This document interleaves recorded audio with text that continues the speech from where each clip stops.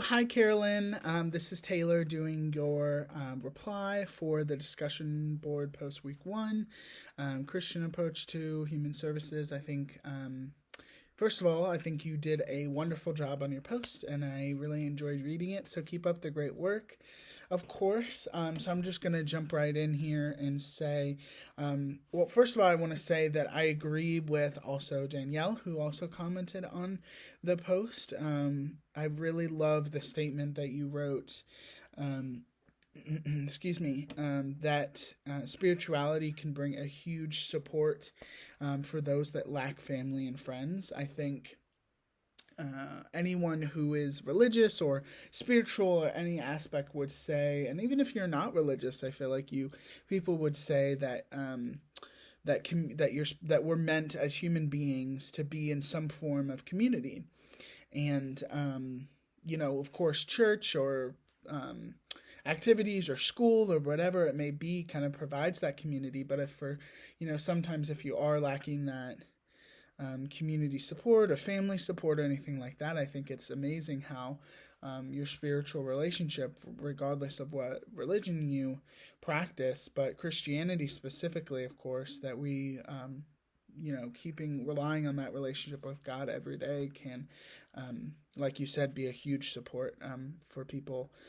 So I loved that. Something interesting I found in reading your post and I thought was fascinating was the study that you put in your post, the effectiveness of group counseling on depression, the one in 2019. What I found was interesting because you quoted, group counseling with a spiritual approach leads to an increased ability of students to cope with depression, which I found very fascinating because of course, I haven't read the whole article or the whole study, but it may say this in the study, so I'm not 100% sure.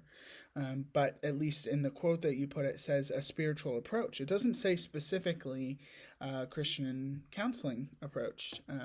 I just find that interesting because it shows that that any type of spiritual practice, if you bring spirituality into it, it can affect people, rather than even if it is just Christian counseling, but maybe other religions or anything other than that as well. Something I also really gravitated towards is your statement, building rapport and connecting with your counselee is one of the main goals of human services, and I totally agree, and I relate strongly to that you're supposed to, regardless of how long you've been with a client, you're still building that rapport and still connecting with them and building that relationship. Something for me, what's interesting that I found as I've gotten older is that Christian counseling is a very specific thing, and I think I wrote in my post that you can be a professional Christian. This is something that I heard in undergrad. You can be a professional Christian, a missionary or someone that works in the church, or you can be a Christian professional, and you can be someone that's not working for a specific organization or maybe a job like a doctor, or a lawyer, or whatever. And you can be a Christian, someone that's working in the professional world that also is a Christian, and sharing the light of Jesus that way.